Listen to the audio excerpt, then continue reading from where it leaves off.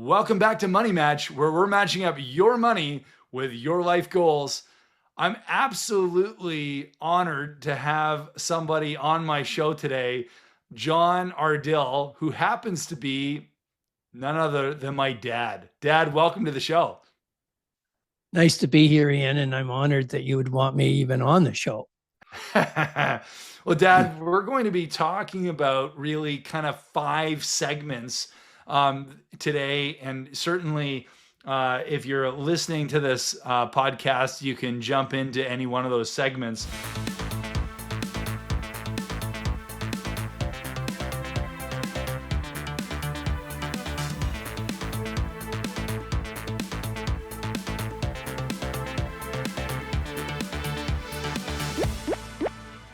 But really looking forward to the conversation around those different aspects. Just to dive into the conversation, Dad, I want to go back a while, just a few years, back to your childhood. Because really, you were born into an entrepreneurial family. I'm wondering if you could talk to me about what was the family business, where was it located, and what was that like for you as a child? That's a great opener. And Ian, I've got a bit of a surprise for you because the entrepreneurial Ardills go back a lot further than just one generation. They actually go back to 1890. And I need to do my glasses because I have to look at this. So your great grandfather, he was born in Sutton, Ontario, on a farm, but somehow he was entrepreneurial. I don't know why. And in doing so, he ended up cutting his teeth in retail and in Thornton, Ontario. And then, but he was he somehow had this idea that he wanted to chase the railways when they first opened up at different areas. And in Thornton, that was one of them. And then the next opportunity he saw was in Lefroy. And Lefroy, you couldn't get to Lefroy by car. Maybe there was trails that you could go by horseback, but in fact, the only major way was by train. And he opened up a major grocery store there in the 1800s. And not only did he do that, and I've got a few key things here. I mean, the reason the railway was there because Lefroy was right by Lake Simcoe, and they used to pull ice out of there, and they had lumber out of there, and so he went there and opened up this store. But not only did he do that, he saw an opportunity that communication was an issue. So he brought in the telephone lines from Cookstown. He paid for this all the way to Lefroy and started the first telephone system there. And your great aunt operated the telephone in the store. That's incredible. It's cool. They actually have an Ardill Street still in Lefroy. Yeah. And so not only, but he did banking there. He did distribution. He was a major player in the Lefroy area. And so that's kind of how that all happened. And his name was John Francis Ardill. We'll just call him JF Ardill. But and then your great grandfather was born there, and he ended up taking over that store in Lefroy for a period of time. But he actually started to simplify it down to an actual store because.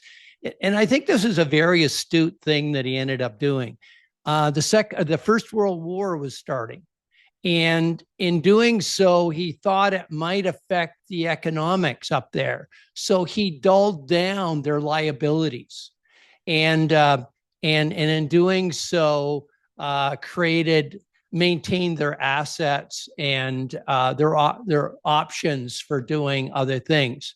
And by the way, your great grandmother also lived in Lefroy, uh, met your great great grandfather. They got married, and they ended up living at her house in Lefroy, and her last name was Pickett, and the Picketts were Irish. They immigrated to Canada, and they worked on the railway. They were also farmers, and just were part of all Lefroy, right?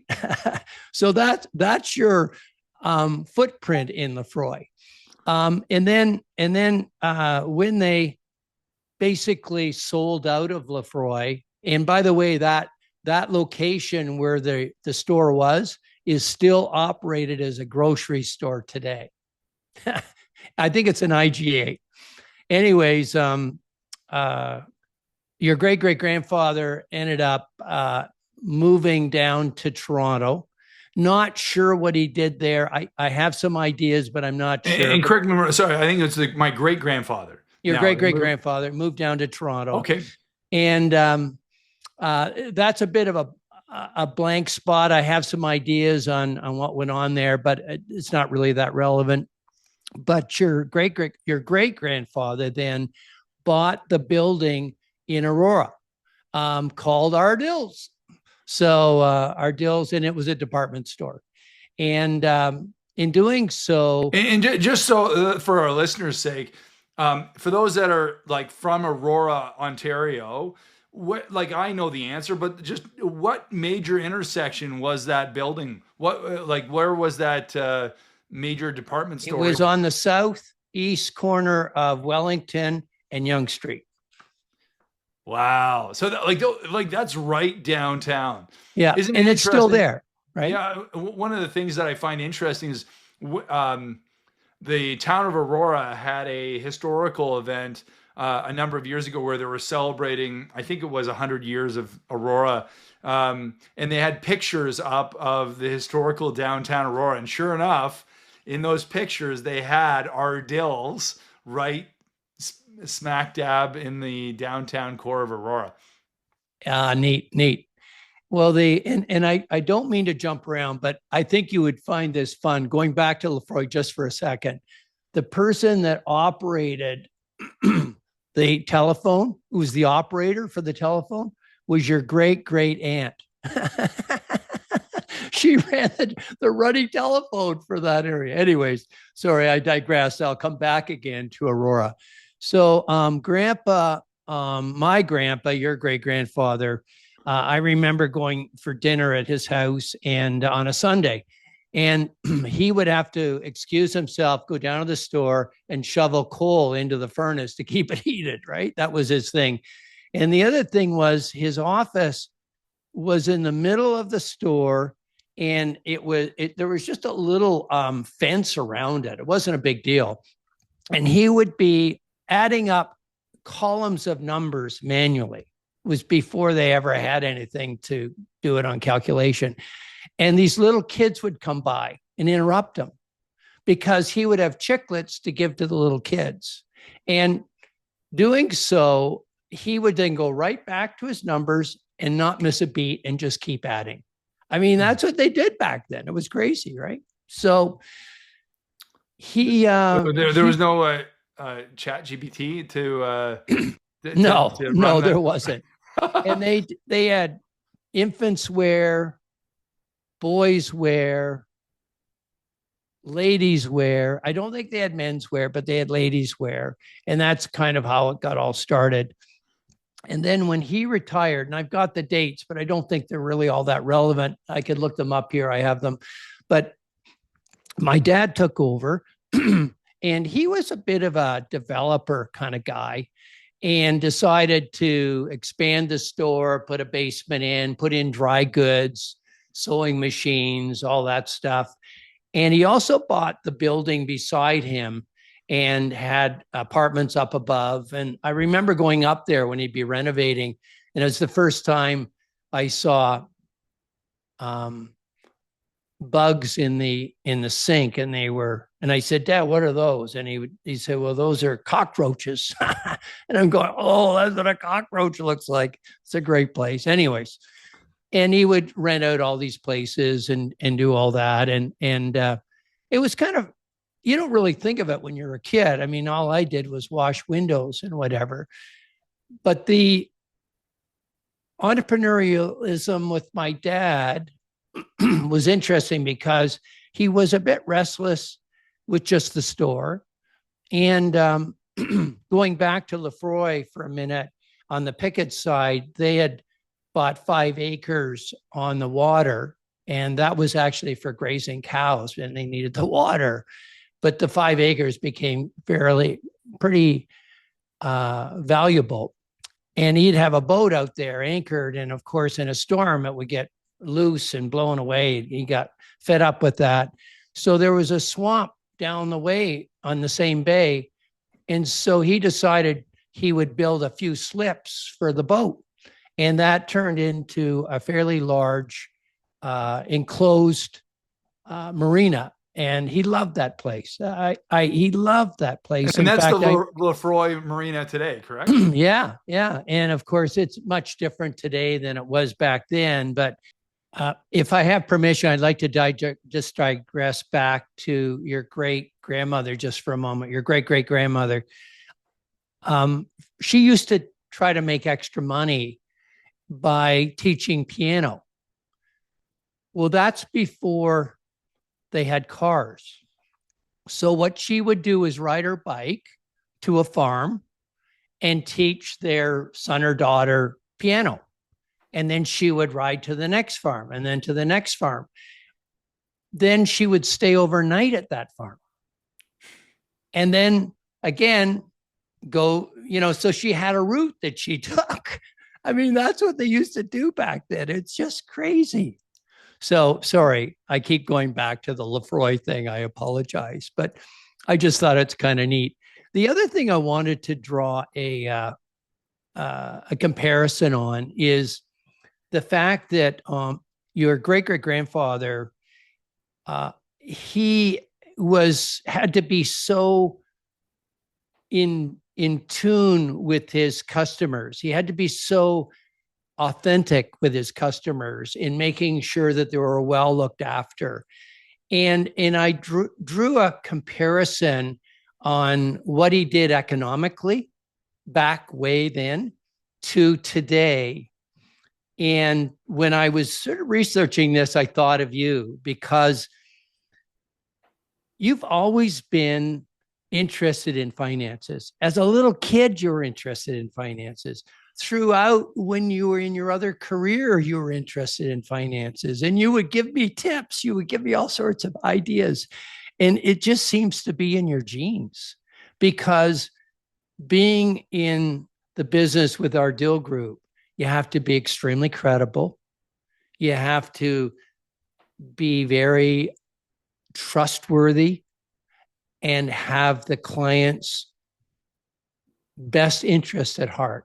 And I believe that your great grandfather was the same way. So, Dad, tell me a little bit more about that, experience of seeing those cockroaches and seeing the fact that your dad was rolling up his sleeves and getting involved there. It's how do you think that affected you and your psyche in terms of what it meant to have a work ethic? Thinking back to then, I never wanted to disappoint him. I always wanted to work hard and to be as good a person as I could be for him.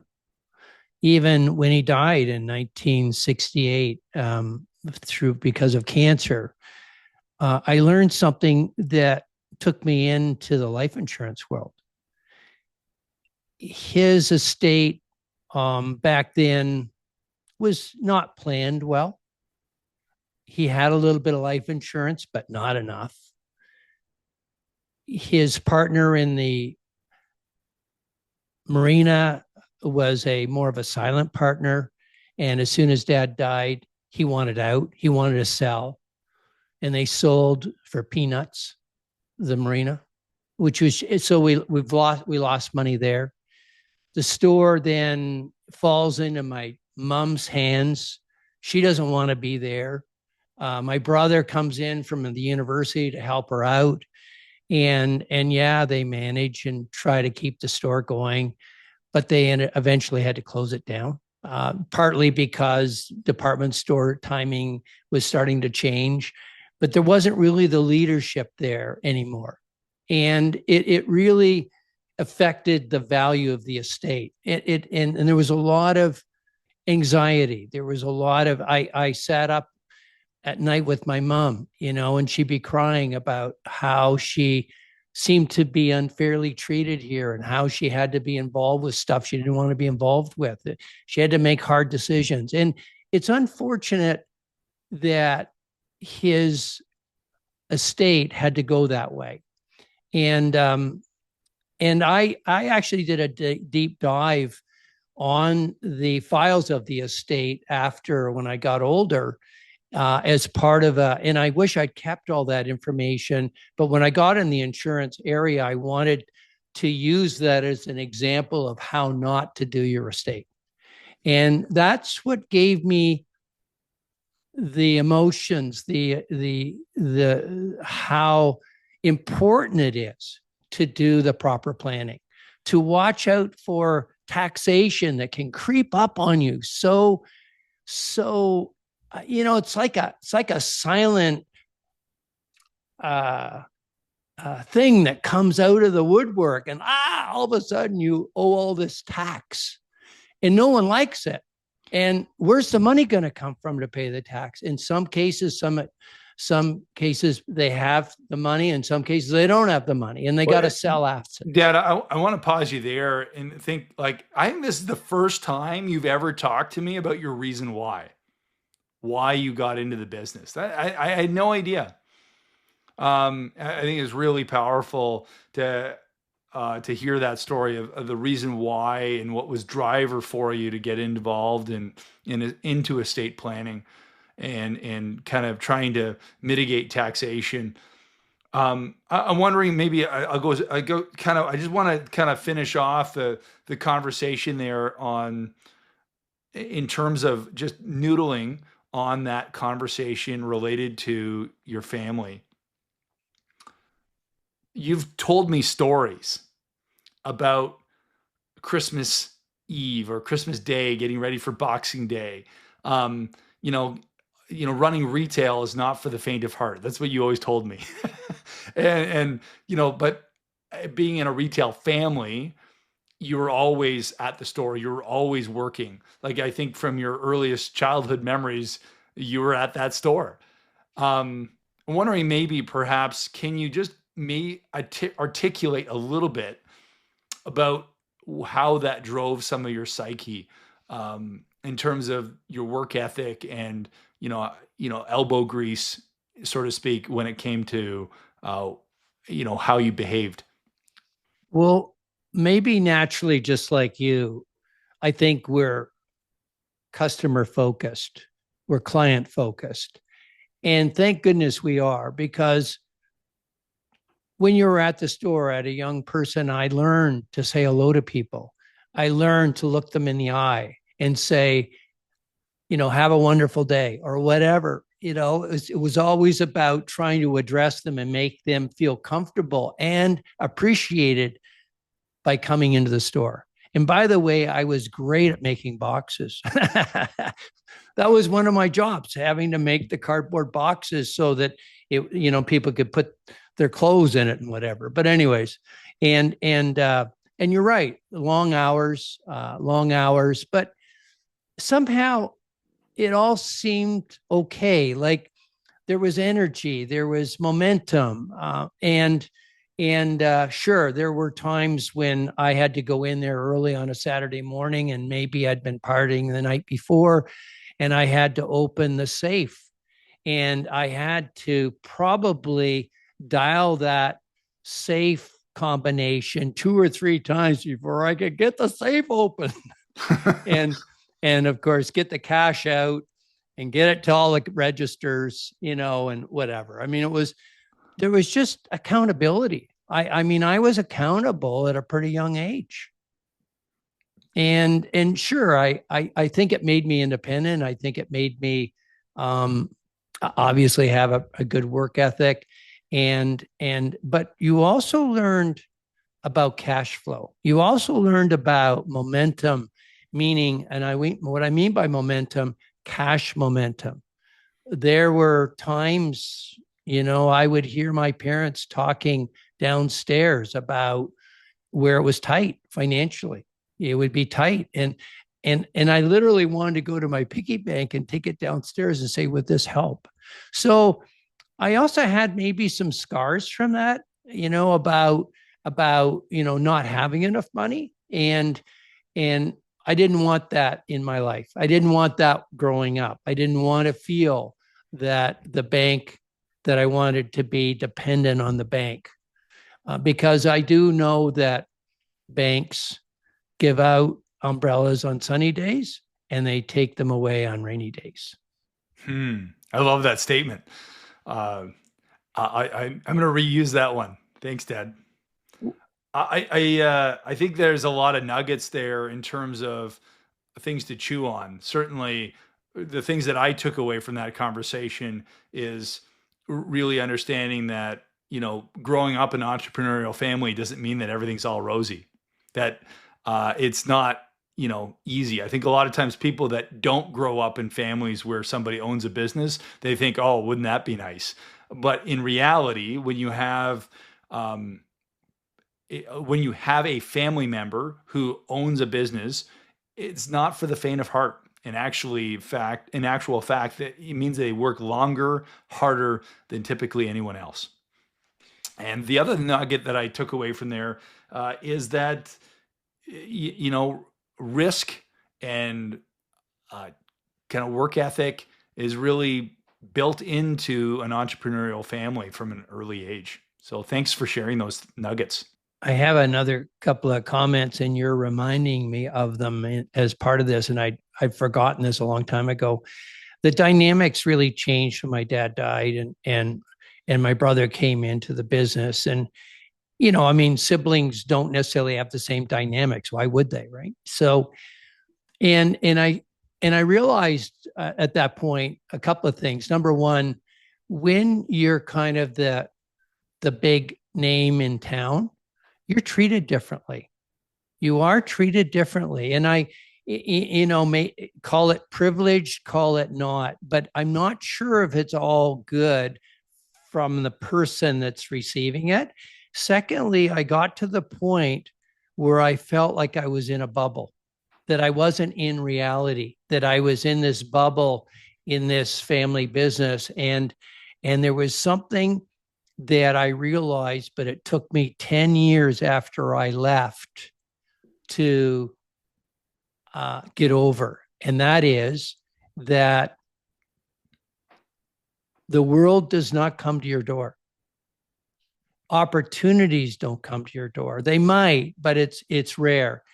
So when I left, I kind of sat back and kind of thought, well, opportunities will come to me because that's what would happen in the business. It doesn't. And I said, whoa, I've got to be proactive here. I got to go out there and make it happen. I have to go and make it happen. And I would say that is a really key disadvantage for people that have been in a business for quite a while and all of a sudden get out and go on their own. They don't understand momentum. They don't understand that you got to create momentum for yourself. Thanks, Dad. We're going to come back to that point when we talk about our transition, because there was certainly some nuggets there, but we'll talk about that in a few minutes. I want to change into really our second theme out of our 5 themes that I want to talk about, which is your introduction to the financial services industry. We already alluded to your reasoning why, but ultimately you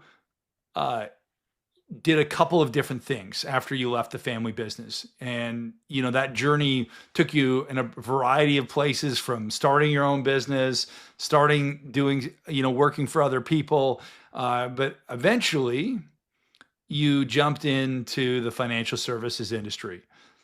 Talk to me about those early days. Talk to me about what was it like to start out freshly in a new industry, and tell me about that experience. When I reached out, the business I was in was more seasonal before I got into the financial. It was more seasonal. And I said, I need to expand to and have a complementary business in the off season. And in doing so, I went to see someone that I knew in Barrie, and I thought he was in the general insurance business. I thought, oh, that could be an area, maybe I could do that. Turned out he was in life insurance. And I go in, I said, and he's dead now, unfortunately. But I said to him, I'm sorry, but I'm not interested in life insurance. And we don't even need to have lunch. And he said, oh, no, it's okay. Well, let's have lunch. Blah, blah, blah.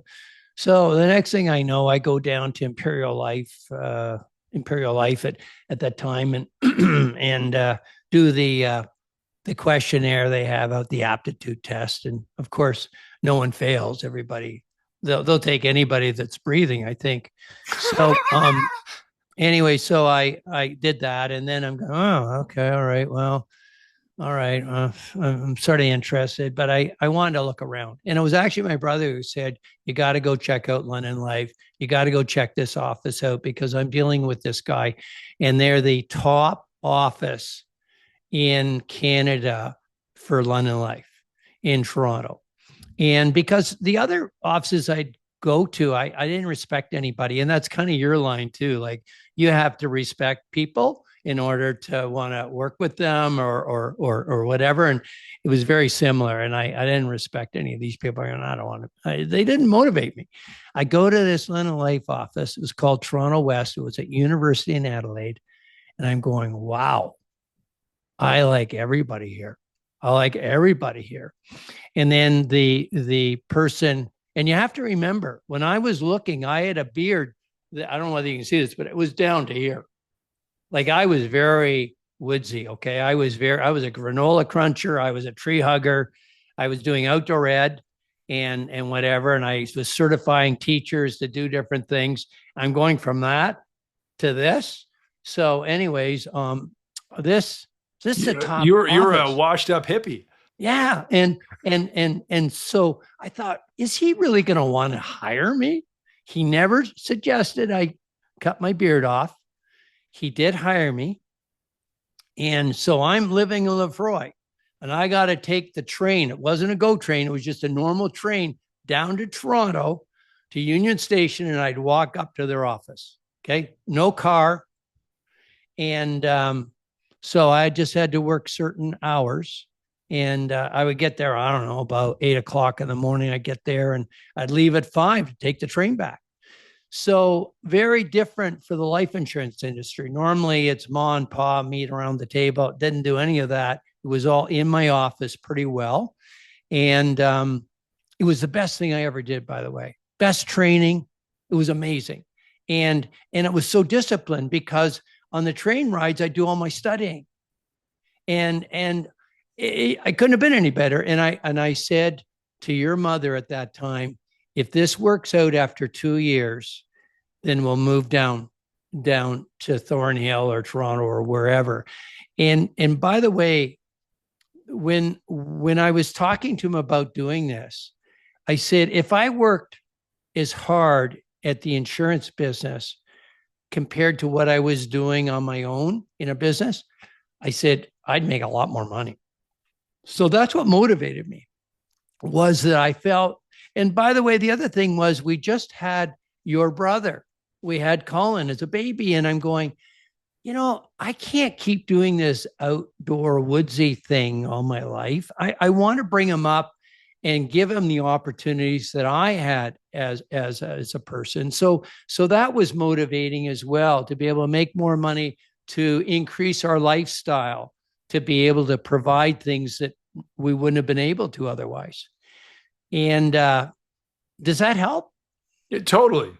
I love the picture. I love the imagery I'm getting. Just for the sake of our listeners, what year was this? 1979. Wow. And I don't remember dates, but I remember that one. 1979. if you ultimately you spent 40 years in the business. Yeah, a little over that, but Yeah. yeah.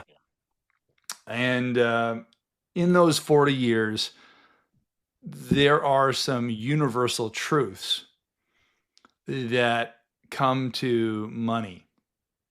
And I'm wondering if you can maybe talk to us about some of the things or some of the nuggets that you might have gleaned from money management, or helping us understand, what are some of those pearls of wisdom from those years. Everybody's different in the business. Everybody, all of your clients, all of the people that I've served and you've served over the years, every one of them is different.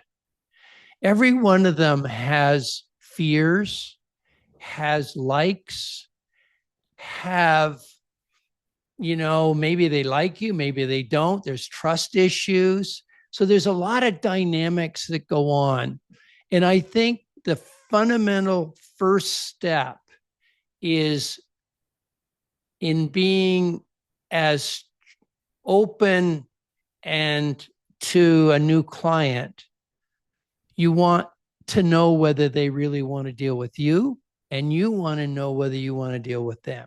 Because I always looked at it as a life journey, and I wanted to life journey with my clients. I didn't want to have a one-off sale. I didn't want to have a transitional business. I wanted to have let's call it what's the word I'm looking for? A holistic planning where we took them from, not really, but say cradle to grave sort of thing. Isn't it interesting that at Ardill Group, it's our mission statement that we walk with you throughout your financial life. Like there's that journey piece of it. There's that walking with our clients. I think one of the things that you oftentimes talk about, Dad, is, and I'm, perhaps I'm prodding a little bit, but you talk about the compound effect. Every time I ever heard you talk about finances, you always talked about compound values. I remember one of the coolest things that happened to me in high school was I took a business class, and I got to have my dad come in as a guest speaker. I don't know if you remember that. Yes, And I do. I was honored. I was so pumped to have you come and talk about it. And you had these cool slides talking about compound interest and the value that shows up with compound interest. Oh, I don't know if you want to talk about that in terms of how that has played out for clients. It's a very subtle thing. It's almost like lifestyle, and I'll get back to this, but I'm just using an analogy. It's almost like lifestyle where you can, if you have a healthy lifestyle, you end up having a stronger body, and it multiplies, and you maybe even have a longer life. You may not, but at least it would be very you'd have a lot of energy. So and again, it's like momentum. And in finances, there's two ways you can deal with an inheritance. Number one, you can take the money and spend it, or you can take the money and grow it and have the power of compounding happen. But that takes discipline. You have to, suppress your desires to buy things to have that money compounding. And it's such a powerful force. And I haven't really talked about it for a long time, but it is so true. But on the other hand, when you look at the stock market and you look at the way they talk about stocks and everything, it's about the deal of the day. And I don't know many people that make a lot of money on the deal of the day. Maybe people that are in the business of trading stocks do very well, but usually retailers don't. Usually, in fact, the word comes up for me is suckers. They tend to be suckers, and they get the dregs, the crumbs that are left over, and it's a shame. And I don't mean to knock the stock market, but that's what I've seen with people, and that's, by the way, what drove me. I didn't want to. It drove me to the private equity world. And the other reason I felt comfortable in the private equity world is because in the entrepreneurial side of things with my dad and with my grandfather, and as it turns out, our great grandfather, it was all about the private equity world where they had greater control over their money and their destiny. And they could sleep at night not thinking, gee, is the market going, are we in a bubble right now, which we're all talking about? Is AI going to burst? And it probably will, but we'll see.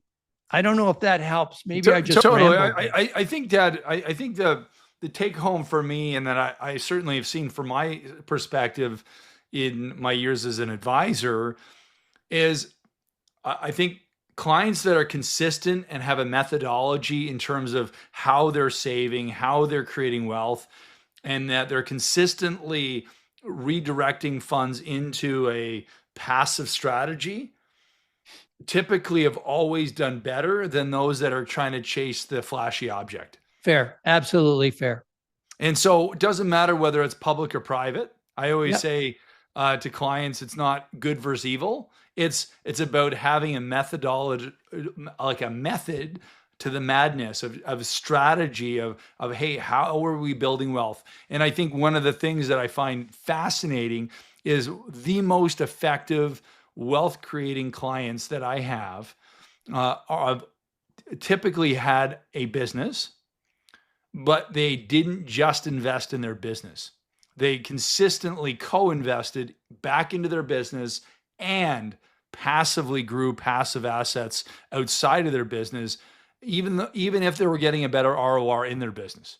And what you end up having is clients that are ready to retire, and their passive investments are able to generate just as much return for them as their active business, and it's fascinating.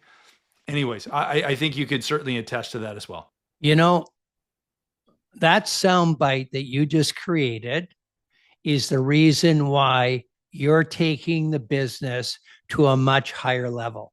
And I've always said this, the first day you said you wanted to come and be part of the Ardill Group business, I said, you're going to take this to a whole different level. And you have, Ian. It's awesome. Well, thanks, Dad. Let's jump into our next section. This is kind of our section 3 of 5, really diving into the business transition.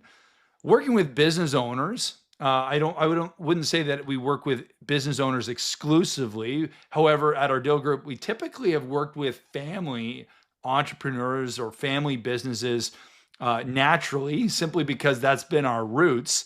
Historically, approximately 80% of our clientele own and operate businesses. And you certainly saw this, Dad, in terms of businesses transitioning to the next generation. We did this. And I think that we did this well. I'm maybe a little bit boastful. I don't want to necessarily get into the nitty gritty of tax planning.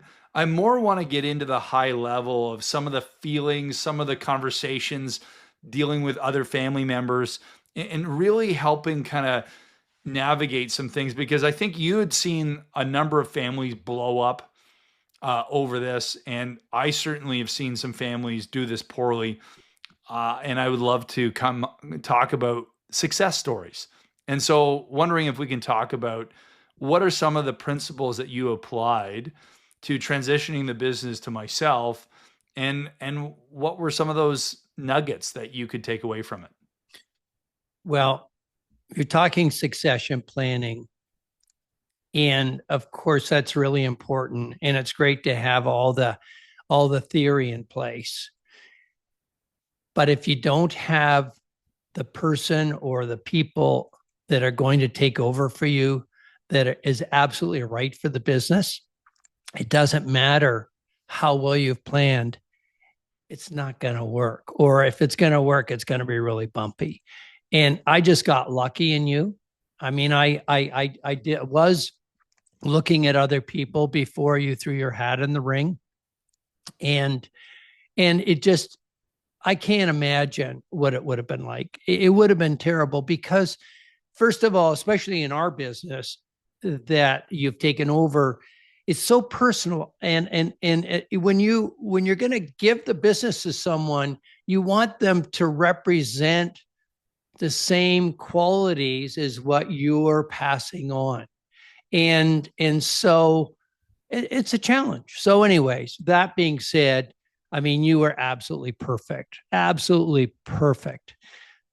But when it comes to other experiences, we've seen, and I've seen, and you've seen businesses where it has worked out really well. The and I find some of the qualities of let's call the creator of the business, the person that started the business. First and foremost, I think they need to have a character where they're not controlling. They're not controlling, and they have some huge ego, and they're really controlling on their children, and where they allow them to grow as people, that they allow them to become the type of people they want to be without suppressing them, and and they allow them to come into the business, ideally come into the business after they've graduated and maybe have been out in the workforce for a little while working for others before they come into the business, and allow them to take on some significant roles within the business and keep their hands off of them. Allow them to make a few mistakes. Allow them to, get their nose bloodied. And in other cases where they are very controlling, the kids are scared to making any mistakes. They're scared their ideas aren't accepted. They're not even open to new ideas. So it's all over the map. It's all over the map. And by the way, anytime that I had to do any planning, and if the creator was still around and I was talking to the second generation, it was basically a waste of time. Totally. Usually, if the second generation wanted to talk to you, it's because they had no control. And it's like, am I supposed to come in here and get them control? Like, what's going on? And they'll be nodding their head and saying, yes, oh, yeah, we should be doing that. But nothing would happen unless you had the creator on side, and he or she had to be the one you had to speak to. Great, great nuggets, Dad. I think the message there is really not so much about the second generation, but really to the commander in chiefs of that organization or of that family, of like, it's up to them. It's the onus is on them to create a culture that, the next generation of leaders, whether it be a child or other key members in the organization, can actually take some leadership, take the reins. Couple of the nuggets that I certainly can attest to is that there's no freebies. I still remember, growing up, I was thankful that I grew up in a family where I never was worried about where our food was going to come from. But I remember like wanting to go out and get something. There was a new, I remember Super Nintendo came out when I was a kid, and I really wanted Super Nintendo. And the answer was, we'll figure out how to pay for it. Right? Like, oh, and I remember knocking is still, I Bad don't know. dad. Well, I think it was great lessons. Like I remember knocking on neighbors' doors, like, can I cut your grass? Can I shovel your driveway? Right. Babysitting or whatever. And I actually accumulated enough money that I could go out and buy a Super Nintendo. But by the time I had worked so hard for this cash to be in my bank account, guess what? I didn't want to spend it.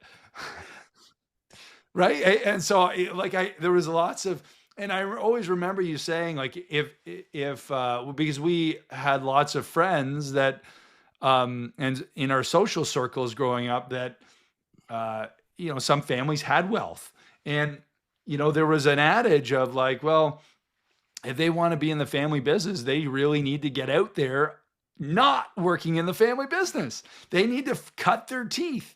And I've consistently seen that in my own role as the family transitions that have worked really well. And again, there's always exceptions to the rule, but generally speaking, it's where key leaders in that family of the next generation have been sent out, learned how to succeed or fail in other industries or in other businesses, and then have been reintroduced into the family business.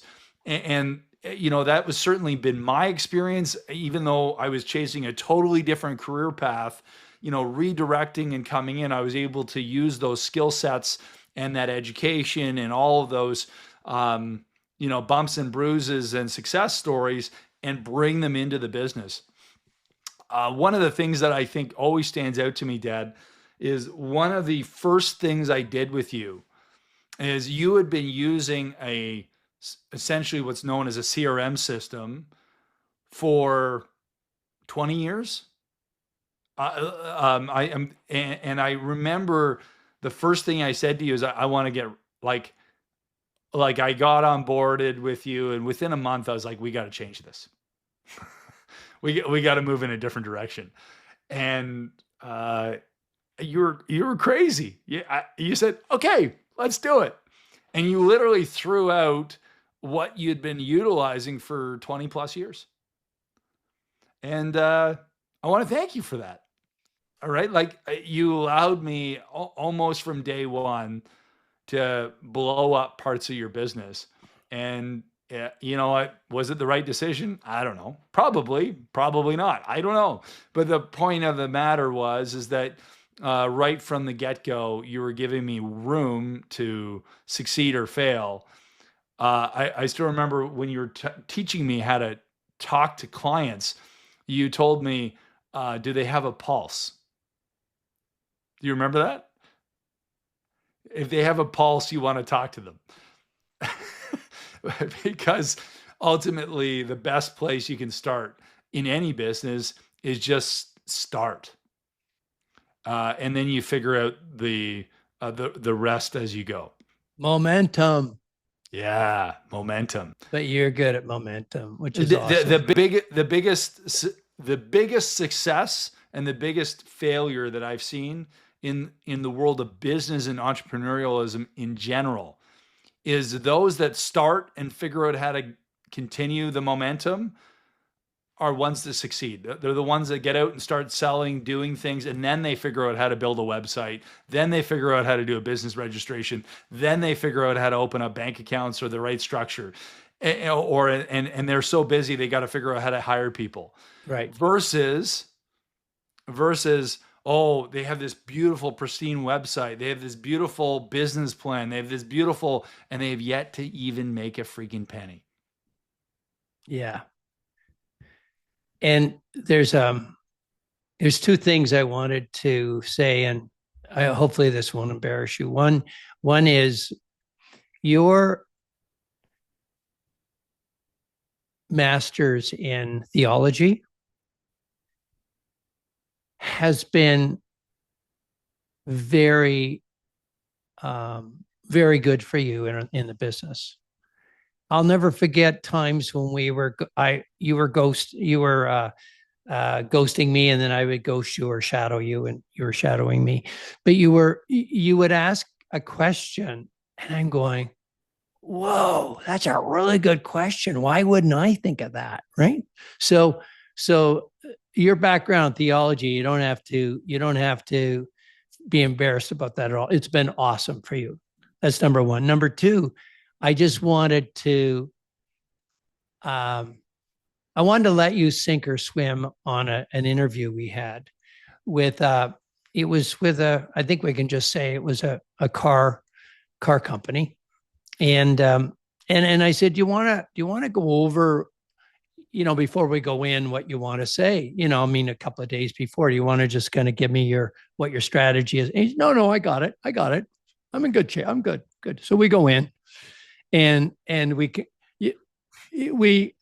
as a group, we both completely crashed, right? We completely crashed. And worst meeting in history. Yeah. However, we all learn from our mistakes. We don't learn from our successes. And I believe that was probably the best learning experience that you've had in the business, or at least one of them for sure. No, I know why it was the worst meeting in history, but wondering if you can tell me in your mind why it made the worst meeting ever. Well, it's a normal problem with people that are in the business at the first. They come into a meeting and they think they got a great idea. They got a great idea that these people should do. And really, that usually fails. First of all, there's no rapport. We're meeting these people relatively for the first time. The controller we've never met. Maybe you knew the other guy. I don't know. But we had to create rapport. We had to ask them questions and to come up with problems that they have. You always want to start ideally with the problems. People have problems. Everybody has problems. I don't care how much money you have. You got problems. If we can solve some of those problems, man, that's awesome. And however, that part of the communication, I don't think happened. And we just kind of went into a solution and then tried to backpedal or do whatever with it. And that's kind of how I saw the meeting, but maybe you saw it differently. Dad, I remember not physically, but like actually arguing with you. Yeah. In the meeting. Yeah. Can you imagine like two advisors, father and son, coming in trying to do a big business pitch to a dealership, and we're talking about literally millions of dollars, and the two of them arguing. Let me tell you, there was no second meeting. There was no close. It was absolutely a gong show. And but I think what we learned from that was how you and I needed to work together, right? Like I learned something that you had all these things up your sleeve that you wanted to kind of, impress upon me. I couldn't ride on the fact that I was a hot shot. I couldn't ride into town with all my slick thoughts and ideas. I really needed to slow down the process, and there was a lot of wisdom in that. And I know personally, even though I know that, and in business would know that, and every so often it would still creep up on me, and I would make the same mistake. So it's easy to do because you're it's hard to be objective sometimes. Dad, I want to kind of piggyback on this, and I think there's a couple of things that I think were key things for me that made our business transition successful. Some of them we've already talked about, which was, having clear communication between the two of us. Like, I think, you and I genuinely have liked each other for a long time. It was on the tip of my tongue. But I also think we've also given each other both permission to be ruthless in feedback. Like, not to rip each other apart, but to say, hey, these are the things I'm thinking about. And it could be emotional or it could be factual. It didn't matter. But we knew exactly where each other were at in the process. I think we did a good job at laying out a foundation of this is the this is what we're trying to achieve, both from a transitional standpoint, and this is how we're planning on doing it financially. And I would say, actually, in 12 months into the process, we tweaked it. So we made some tweaks, but all the way along, we kept open communication. We had open book policy. Like we had full transparency of the numbers. You knew where I was at. I knew where you were at, and we were able to both financially and both from a business standpoint see things succeed, financially succeed.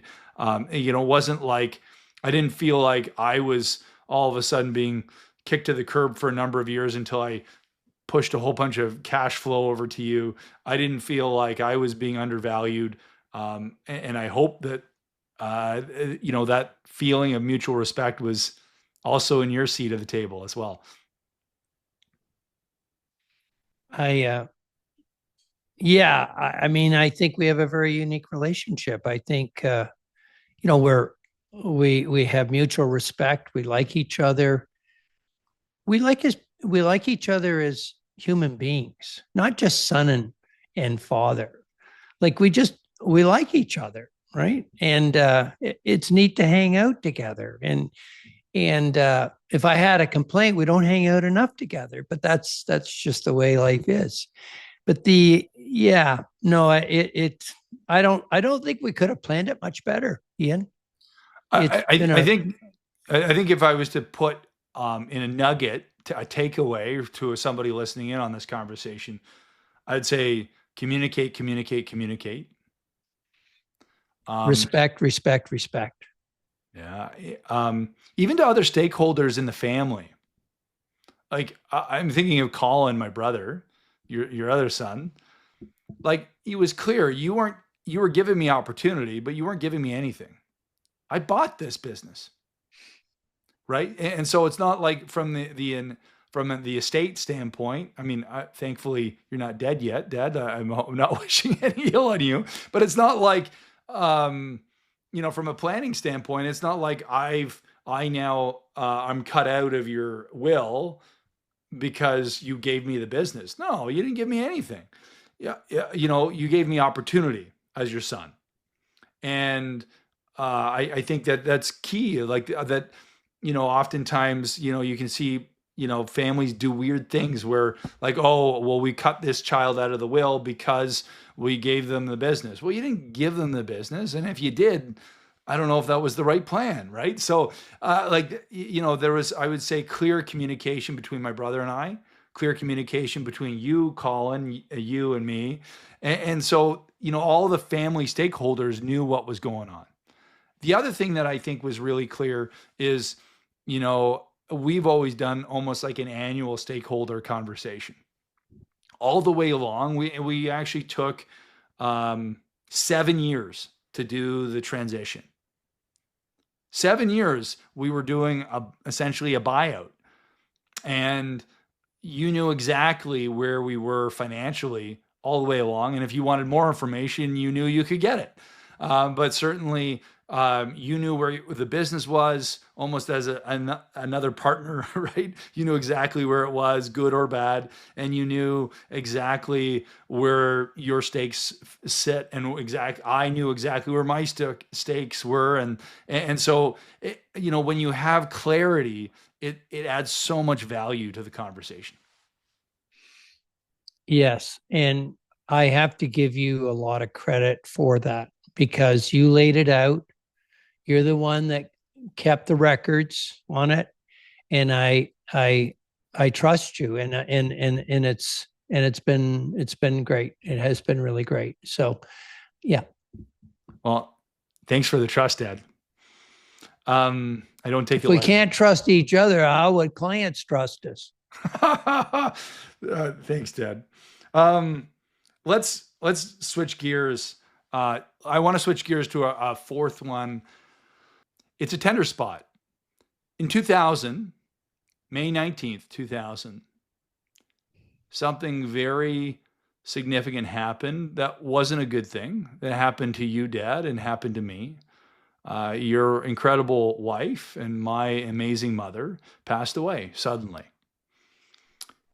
And obviously, the impact was huge emotionally. I was 16 years old at the time, and I believe you were 53, if I recall correctly. And it certainly wasn't expected. I I don't necessarily need to dig into the weeds too much, other than to say that I think the impact had a huge scope, and I'm wondering if you can talk to me about what that did to your business. How productive were you in the next 12, 24 months? I'm wondering if you can speak to that. Any new momentum went to zero. Hmm. We just were in maintenance mode, and the support staff was primarily doing that. And they were very understanding, very supportive of me, which I was really fortunate to have that support. And they just were patient with me and waited for me to get on my feet. And in the interim, yes, it was expensive, but it just had to happen. It just had to be that way. I don't even think, in the first year or so, I could have been very um, resourceful for the clients. I don't think I would have been I don't even think I'd be listening to them. So you're just numb. You're just numb, and you just need time. You just need time to regather who you are and how you're going to move forward. I want to think on this on a practical level. Obviously in the family dynamics, it was incredibly hard emotionally. But there was a bit of a safety net that kicked into gear. You had taken out this thing called life insurance on mom, even though she wasn't even working. Like, I mean, she had projects. She was an artist. She was amazing. She was volunteering on every which way committee. She was so involved in the community. But from a monetary standpoint, she wasn't exactly driving out, any kind of meaningful monetary value into the family ecosystem. But financially speaking, it took a toll. You had this thing called life insurance, and what did that what did that life insurance mean to you emotionally in that moment? It allowed me to have some peace of mind that financially we were going to be okay, that I could pay my bills, that you guys were going to be fine, that you and Colin were going to be fine, that we're we weren't going to miss a beat financially, or that I was going to have to mortgage the house to the hilt, or do desperate things like that. Um, it created some stability. It I, created some stability. in my role, I don't really drive out a ton of life insurance, but I certainly, when it meets the demand of a client, um, I absolutely think that younger clients absolutely should have term insurance, if they're working or not working. And I think it's exactly that experience that drives that reason why, is because, again, it's not the sense of, oh, I'm going to go be destitute. But I think it's creating that space to be emotionally present in the moment of those feelings, of those engagement, of those losses, or of those feelings that one has to go through in the grieving process, that now they have a bucket of money that can take off the financial pressure. There's a number of families that we've walked with through stuff, and they've had this life insurance, and they've also had cancer, or they've had other life-threatening illnesses. It's amazing.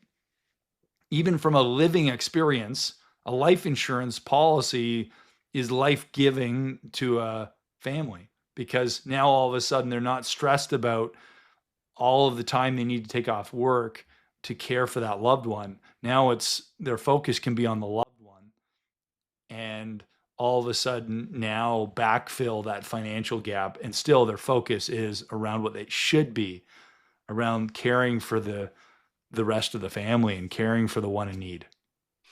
Yeah, I agree. Like there's it means something differently for like let's say the entrepreneur. If he dies, he's got a lot of he or she has a lot of they're juggling a lot of things, and there's a lot of commitments that potentially are still open, and the life insurance plays a significant role there of creating stability in the business so they may not have to sell assets and so on. So there's that side. And then on the other side, for possibly the spouse that may not be working, may not even be working in the business and is at home, and then that's a different, to have that peace of mind knowing that she or he then is well provided and has that breathing space in economic stability to get on with their life. It's such a cool product, really. A cool product, even though it's generally not understood well, and it's all about dying. And even though we all die someday, it's so people just kind of get bent out of shape on life insurance, right? And I don't, and I really quite think, frankly, I know you're saying term insurance, but whole life is a very cool product. Totally. I mean, to me, whole life is incredible. It has so many products or so many attributes to it. Generally speaking, doesn't matter whether it's whole life, universal life, or term. They really do have an incredible value in terms of what they call the face value, and the value doesn't have anything to do with money. It has everything to do with the opportunity to care for those that are in the family. And I think that's where I experienced firsthand in the loss of my mom. And so thanks, Dad, for the leadership and making sure the family was taken care of. Shifting gears, I want to kind of talk about this weird thing. It starts with an R. It's almost like a swear word sometimes in some circles. Retirement. Oh, retirement. So many people talk about this glorious golden years, but for those that actually get into retirement, they're not so sure that it was all that it was cut out to be. Can you talk to me about what it's like to be in retirement, and what are some of the key things that you've found to be effective in retirement and maximizing your experience? Well, the one thing that probably is an exception for me is the fact that you've continued to want me to be involved to some degree in the business. And I have to say that has been I've really appreciated that. To be able to come to your quarterly meetings, it just kind of, keeps your brain going, and it's so awesome. So I just want to thank you for that. The fact that you wanted to even do this podcast, like, I don't know who was going to really be interested in it, but you wanted to do it. And I'm going, wow, okay, let's do it. So that's kind of on the side. When it really, for everybody's very different, of course. And for me, when I first really, after the phase in period of the 2 years, and when I was kind of fully retired, I kept measuring my day on productivity, and I'm going, I wasn't very productive today. And so I had to get over that. And start to, think differently. And I think I'm there now. I really think I'm there now, but it's been like 7 years, right? Or at least maybe 5 years in full time. I don't know what it is. And, I'm in a great community. I live in a great community. I've got a lot of people around me here that a lot of them are younger than me, and I'd say it's been very motivating for me to have that activity. To be part of a golf group has been good. Staying active is so important. Staying active. I do notice around me a lot of men who are out of shape, and I'm sad about that, because it will only it's only going their health is only going to get worse as time goes on.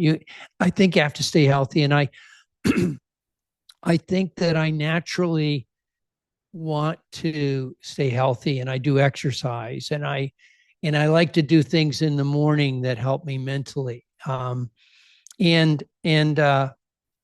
I believe that I'm in a good routine right now, and but life is is a journey, and who knows, but so I've been pretty disciplined, and I don't think I ever drank a lot, but I'm even drinking less now, because I don't find that I get up in the morning with energy, with why if I have something to drink the next day I'm draggy. So I kind of had to pretty well knock out most, and I don't like it, but I'm not drinking really any wine, really, unless it's maybe a special event and I'll have one glass of wine, and I don't want to think any more than that. But that's been key. And but to keep yourself mentally alert, to keep yourself mentally aware, I think is so important. And I think I'm doing that well right now. I don't know. I don't know what to say. It's a journey. It's a journey. Dad, I want to thank you. Thank you for your nuggets. Thank you for your wisdom. Thank you for obviously being my dad. But and the opportunity that it's been to be able to be learning off of you over the years. And thanks for joining me today on Money Match. It's an absolute privilege to have you. Thank you, Ian. Thank you for who you are as a human being. I love you. I love you too, Dad.